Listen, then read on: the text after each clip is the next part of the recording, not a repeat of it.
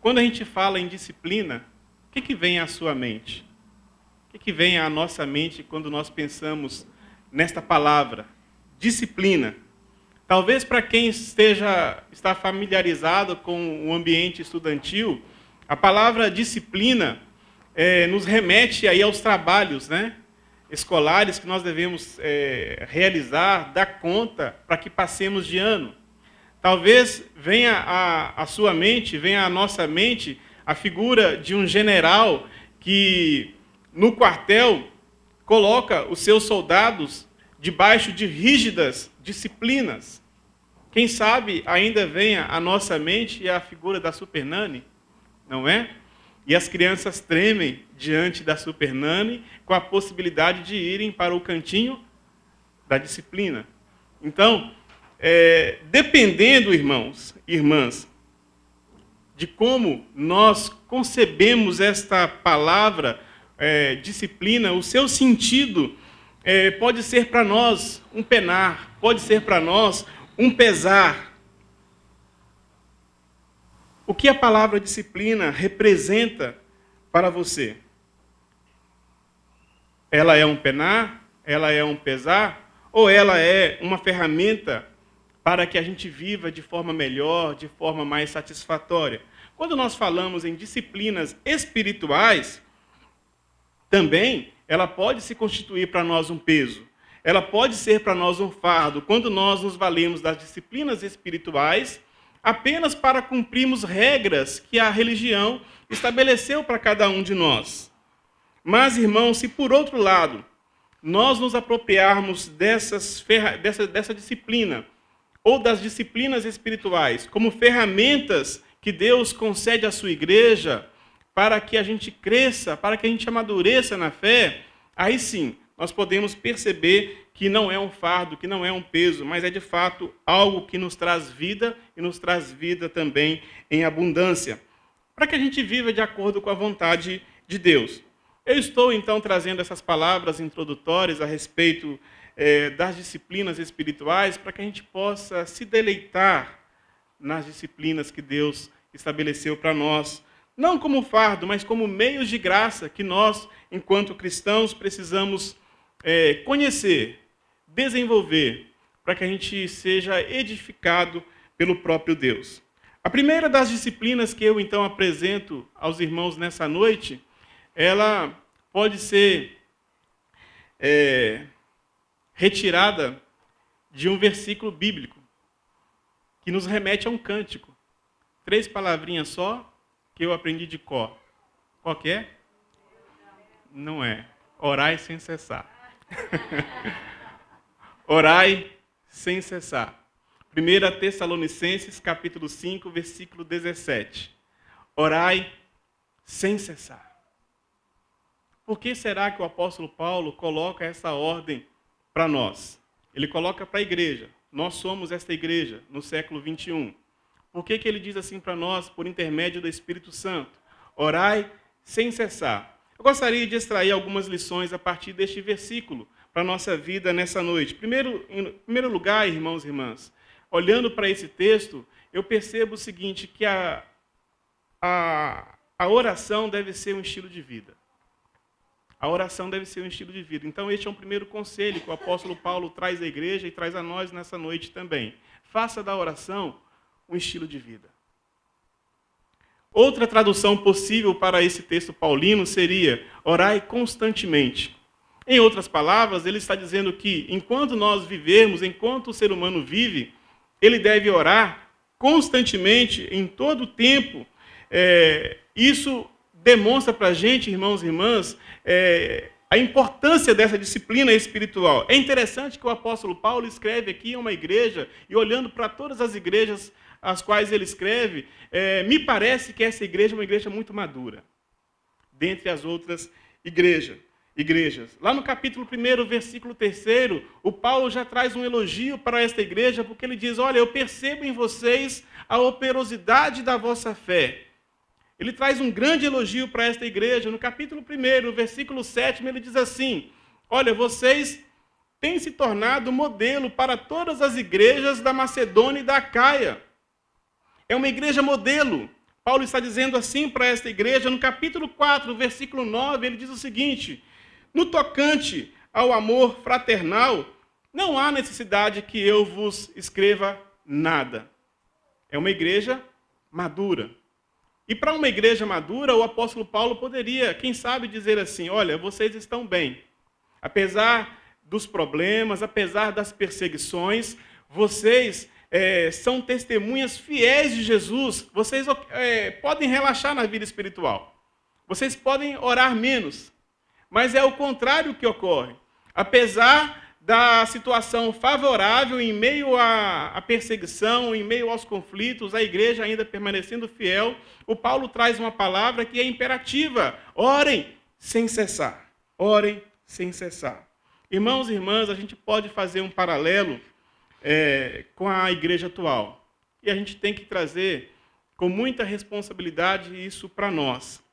Nós podemos afirmar, vergonhosos, que a nossa vida de oração está condicionada às circunstâncias da vida. Se nós passamos por problemas, é possível que a gente rale o joelho no chão de tanto orar. Mas se tudo vai bem, será que oramos com a mesma frequência, com a mesma insistência diante de Deus? Orar sem cessar deve ser para nós um estilo de vida, irmãos e irmãs. Clemente de Alexandria, um dos pais da igreja, disse o seguinte: o verdadeiro cristão ora durante toda a vida. Jesus orava incessantemente, constantemente, basta darmos uma lida nos evangelhos para comprovarmos isso. Ele orava de manhã, ele orava de tarde, ele orava de noite, ele orava de madrugada. Jesus orava em todos os lugares. Ele orava no templo, ele orava na sinagoga, ele orava na montanha, ele orava no deserto, ele orava nas casas. Não havia para ele lugar impróprio para a oração. O que eu quero dizer, irmãos e irmãs, é que todo momento, e todo lugar, todo tempo e todo espaço é apropriado para a oração. Podemos orar ao amanhecer, ao entardecer, ao anoitecer. Nós podemos orar até quando estamos dirigindo o nosso veículo, não podemos? Com os olhos abertos, mas podemos. Prestando atenção no trânsito, mas podemos. Nós podemos orar enquanto estivermos indo para o trabalho, no ônibus, não podemos? Fechando os nossos olhos. O Kevin comentou que gosta de fazer isso, né, Kevin? Põe o fone de ouvido e ora ao Senhor no trajeto da viagem. Nós podemos, irmãos e irmãs. O importante é que a gente saiba que todo tempo e lugar, e todo lugar e tempo, é lugar apropriado, é tempo apropriado para a oração, para essa importante disciplina espiritual. É importante que nós saibamos que essa disciplina é para todo o dia e para todos os dias. Que isso não saia da nossa mente. Tomemos essa palavra com seriedade. Façamos da oração um estilo de vida. Não algo pontual, colocado neste horário ou naquele horário. Façamos dela um estilo de vida. Mas, irmãos e irmãs, por que será que o apóstolo Paulo escreve dessa forma? Orai incessantemente, orai sem cessar. Eu penso que na igreja, ou talvez olhando para nós mesmos, muitas perguntas podem vir à tona a partir desta frase imperativa de Paulo. Por que orar sem cessar? Por que nós devemos orar sem cessar? Jesus responde a essa pergunta lá em Lucas, capítulo 22, versículo 40. Chegando a um lugar escolhido, Jesus lhes disse: orai para que não entreis em tentação. É um dos motivos pelos quais nós devemos orar sem cessar. E no contexto de Jesus, entrar em tentação é largar de mão tudo aquilo que Jesus havia ensinado, tudo aquilo que Jesus havia prometido a respeito do reino de Deus, a respeito da sua palavra, a respeito da conduta ética pelas quais os cristãos deveriam passar então a viver a partir do ensinamento de Jesus. Paulo responde a esta pergunta, irmãos e irmãs, dizendo que a oração nos livra da ansiedade, lá em Filipenses capítulo 4, versículo 6. Não andeis ansiosos de coisa alguma, em tudo, porém, sejam conhecidas diante de Deus as vossas petições pela oração, súplicas com ações de graça. Tiago nos ensina e nos responde a esta pergunta lá no capítulo 5, versículo 13 ao versículo 16 da sua carta, e ele diz assim, irmãos e irmãs: está alguém entre vós sofrendo, faça oração. Está alguém alegre, cante louvores. Está alguém entre vós doente, chame os presbíteros da igreja, e estes façam orações sobre ele, ungindo-o com óleo em nome do Senhor. E a oração da fé salvará o enfermo, e o Senhor levantará, e se houver cometido pecado, ser-lhe-ão perdoados. Confessai, pois, os vossos pecados uns aos outros, e orai uns pelos outros para serdes curados. Muito pode, por sua eficácia, a oração do justo. O que a gente aprende com o Tiago é que a oração cura-nos das enfermidades físicas, mas cura também a todos nós das enfermidades espirituais. Muitas vezes nós estamos de rosto virado para o nosso irmão. E a oração também tem essa função, de fazer com que nós reconheçamos o nosso erro e sejamos dispostos ao perdão. Devemos orar sem cessar, irmãos e irmãs, porque a oração, ela muda a disposição do nosso coração. Só ora quem está disposto a mudar, não é isso? Não é isso que nós fizemos agora há pouco na nossa liturgia, quando passamos pelo momento de contrição, reconhecendo a nossa falha, reconhecendo o nosso pecado? É isso que nós fizemos. Só ora quem está disposto a mudar, quem reconhece o erro, quem reconhece o pecado e quer passar a viver de forma mais próxima a Deus e mais longe do pecado. Só ora quem está disposto a mudar a vida e a mudar o propósito do próprio coração. Pela oração, irmãos e irmãs, nós encontramos refrigério, nós encontramos paz, mesmo em meio a momentos ou a situações difíceis que nós enfrentamos na vida. Nós assistimos aqui, certa ocasião, o filme Agente da Graça. Lembram-se desse filme? Nós assistimos na escola dominical, que contava um pouco da vida do pastor e teólogo Dietrich Bonhoeffer. E havia ali uma cena muito interessante, quando Dietrich estava na cela, próximo da sua morte, e ao lado da sua cela, ele ouve uma pessoa chorando. E chorando assim compulsivamente, ele pergunta o que há, o que está acontecendo. E a pessoa fala então para o Dietrich: olha, amanhã eu serei morto, amanhã eu serei fuzilado. E o Dietrich pede para que aquela pessoa coloque as mãos nas paredes da cela. Ele faz a mesma coisa e ora com aquela pessoa com as mãos nas paredes. E a pessoa vai parando de chorar e vai tendo o seu coração tranquilizado através da oração. A oração não o livrou da morte pela qual ele passou, pelo fuzilamento, mas a oração lhe trouxe paz para o momento que ele deveria enfrentar. A oração, irmãos e irmãs, é uma ferramenta por meio do qual Deus manifesta a cada um de nós a sua graça e o seu amor. Poderíamos pensar em outros vários motivos para a oração, e por certo, todos eles seriam motivos legítimos, mas para resumir tudo isso que nós dissemos e colocamos aqui como motivações para a oração, nós podemos dizer o seguinte: que a oração, irmãos e irmãs, deve ser uma prática constante em nossa vida, tão somente porque é a vontade do Senhor. Em Tessalonicenses, o próximo versículo do nosso texto básico vai dizer isso: façam isso, porque esta é a vontade de Deus. Esta é a vontade de Deus. Romanos capítulo 12, versículo 2, Paulo nos apresenta como que é essa vontade de Deus, e ele diz: essa vontade de Deus é boa, é perfeita e é agradável. Então isso resume, irmãos e irmãs, de forma muito prática e de forma muito objetiva, direta, o motivo pelos quais nós não devemos abrir mão desta importante disciplina espiritual. Por meio dela, nós somos fortalecidos em Deus e por Deus para vivermos uma vida melhor. Em terceiro lugar, olhando para esse texto do apóstolo Paulo, quando ele diz: orai sem cessar, orai constantemente, nós também identificamos que para a vida de oração existem alguns empecilhos. Não existem? Existem vários empecilhos para a vida de oração. E eu quero dizer a você, irmão e irmã, que nós devemos resistir aos empecilhos à vida de oração. Quais são os empecilhos?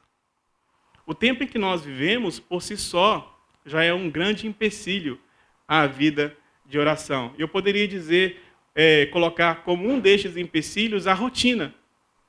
Quem aqui acorda cedinho?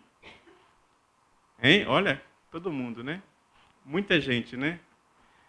Eu acordo todos os dias 5h30 da manhã. Né? E a gente que às vezes dorme tarde, acorda cedo, o relógio desperta e a gente tem duas opções. Ou a gente esbraveja ou a gente ora. Na maioria das vezes a gente esbraveja, né? Ainda mais se for na segunda-feira. Então, irmãos, nós temos essas duas opções. Ou esbravejar ou orar. O meu relógio desperta às 5h30 da manhã. E eu espero a confirmação do relógio, que é a patroa. Levanta. Aí eu levanto e a gente faz ali as nossas atividades devocionais, depois que a gente toma o nosso café. Então, a rotina pode ser um empecilho para a vida de oração. E eu não quero, irmãos e irmãs, aqui estabelecer nenhuma regra. Olha, você tem que levantar e orar cedinho. Talvez você seja uma daquelas pessoas que levanta sempre atrasado, lava o rosto rapidinho, põe uma roupa, pega um pão e no meio do caminho vai comendo o seu pão, porque não consegue dar conta de fazer tudo certinho dentro de casa. Existem pessoas que são assim, não existem? E de repente come o seu lanche lá próximo ao metrô Butantã, quando tem aquelas meninas que vendem um bolinho com café, não é isso? Tem gente que faz isso. É porque sai de casa assim, muito apressado na correria da vida. Então eu não quero aqui estabelecer nenhuma regra, mas tomemos como exemplo as palavras de Martinho Lutero, uma pessoa que foi muito importante na vida da igreja. Ele mesmo disse o seguinte: em certas ocasiões, quando o dia fora muito agitado, ele sentia-se frio e desanimado para a vida de oração. E conosco também não é diferente. Talvez depois de um dia agitado, você tendo trabalhado bastante lá no seu trabalho, tendo estudado bastante na sua escola, você pare num momento ali e fale: olha, eu vou chegar em casa, eu vou tomar o banho, vou descansar um pouquinho, mas eu vou agradecer a Deus o dia que eu tive. E na hora de agradecer, o que acontece? A gente dorme. Então, irmãos, seja de manhã, seja de tarde, seja de noite, sempre existem empecilhos para a vida de oração. Um outro empecilho, que não seja a nossa própria rotina, é a nossa desculpa: eu não sei orar.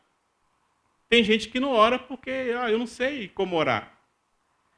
É verdade, e você não sabe mesmo, e eu também não sei. A própria palavra que nós lemos aqui no livro de Romanos vai dizer que nós não sabemos orar como convém, mas é o Espírito de Deus que ora por nós, intercede por nós de forma inexplicável diante de Deus, para que a nossa oração chegue a Deus e Ele então possa responder ao nosso clamor. Mas para que você vença, irmãos, esse empecilho à vida de oração, eu quero trazer aqui uma possibilidade para você e para mim que se justifica diante de Deus e diante de si mesmo, dizendo: olha, eu não sei orar. Leia as orações. Hoje nós não fizemos isso aqui no início do nosso culto, lemos a oração em conjunto, como comunidade, né? Eu quero trazer essa dica que não é propriamente minha, mas de um pastor que eu li durante essa semana, chamado Martin Dreyer, um pastor luterano. Ele diz o seguinte, percebam o que ele diz: os que foram antes de nós recitavam textos, orações e credos, e pelas orações dos outros eles oravam. Para nós, pode parecer frio recitar, mas eles foram mais humildes que nós e oravam pelas mãos dos outros e assim encontravam liberdade para a própria oração. Se você tem dificuldade de formular espontaneamente uma frase, uma oração diante de Deus, pegue a oração do Pai Nosso que Jesus nos ensinou, faça essa oração antes de dormir ou antes de ir para o seu trabalho, faça qualquer uma outra oração, um credo que você goste. Não importa, irmãos e irmãs, existem vários empecilhos para a vida de oração. E eu quero colocar aqui mais alguns. Quem sabe o sentimento de não nos acharmos dignos diante de Deus para elevarmos a Ele o nosso clamor e a nossa oração, mas é o próprio Senhor Jesus que diz, numa parábola, que o publicano pecador achou graça diante de Deus, quando mesmo sem erguer os olhos aos céus, teve a sua oração ouvida e voltou justificado para a sua casa. Quem sabe, irmãos e irmãs, um outro empecilho para a oração seja o nosso ativismo religioso. Talvez você diga para si mesmo no seu coração: eu posso ser muito mais útil trabalhando do que aqui orando. Mas eu quero dizer a você que se você é uma pessoa muito assídua nos trabalhos da igreja, mas também não tem a vida de oração, um comprometimento com a vida de oração, todo o trabalho é em vão. Porque você delega o êxito do seu trabalho a você mesmo e não ao Deus que te convoca para o trabalho. Então, irmãos, que não seja esse também um empecilho para a nossa vida de oração. As nossas formulações equivocadas a respeito do nosso pensamento teológico da oração também pode ser um grande empecilho à vida de oração. Muitos podem dizer: olha, tudo já está determinado, a oração não muda nada. E nós já dissemos aqui, a primeira coisa que a oração muda é a disposição do nosso coração. Você será mudado a partir do comprometimento na sua vida de oração. Só ora quem deseja ser mudado por Deus. Mas, irmãos e irmãs, a despeito das nossas equivocadas formulações teológicas, a vida nos prepara momentos onde só nos resta a oração. Já passaram por essa situação? Ou por estes momentos? Onde só nos resta a oração e nada mais. E são nestes momentos, onde nada mais além da oração pode ser feito, é que nós seguramos nas mãos de Deus, como diz aquele antigo cântico: segura na mão de Deus e vai. Segura na mão de Deus e vai. E à medida que nós apertamos a mão de Deus e vamos segurando na mão de Deus, a gente vai experimentando o quanto Ele responde à nossa oração. O quanto Ele responde à nossa oração. Diante, irmãos e irmãs, de todos estes empecilhos que a gente colocou aqui, e por certo existem outros empecilhos para a vida de oração, eu quero destacar que o maior empecilho para a vida de oração somos nós mesmos. Nós somos o maior empecilho para a vida de oração. No cerne de todas essas questões que nós trouxemos aqui está o próprio ser humano. É a falta de vontade de orar que nos impede de orar. Então, irmãos e irmãs, que resistamos, que vençamos os empecilhos à vida de oração, resistindo-nos a nós mesmos. Eu quero concluir essa breve reflexão trazendo a vocês mais um texto bíblico lá em Efésios capítulo 3. Efésios capítulo 3. A partir do versículo 14, que diz assim: Efésios capítulo 3, a partir do versículo 14, que diz assim: Por esta causa, me ponho de joelhos diante do Pai, de quem toma o nome toda a família, tanto no céu como sobre a terra, para que, segundo a riqueza da sua glória, vos conceda que sejais fortalecidos com poder, mediante o seu Espírito no homem interior, e assim habite Cristo no vosso coração pela fé, estando vós arraigados e alicerçados em amor, a fim de poderdes compreender com todos os santos qual é a largura, e o comprimento, e a altura, e a profundidade, e conhecer o amor de Cristo, que excede todo o entendimento, para que sejais tomados de toda a plenitude de Deus. Ora, aquele que é poderoso para fazer infinitamente mais do que tudo quanto pedimos ou pensamos, conforme o seu poder que opera em nós. A ele seja a glória na igreja e em Cristo Jesus, por todas as gerações, para todos sempre. Amém. Esse texto, irmãos e irmãs, diz para mim e diz para você que antes de orarmos é preciso que nós nos coloquemos de joelhos diante de Deus. E eu quero dizer que não estou me referindo apenas ao ato genuflexo, mas à convicção que antecipa este ato. Paulo só se põe de joelhos porque sabe diante de quem ele está se prostrando.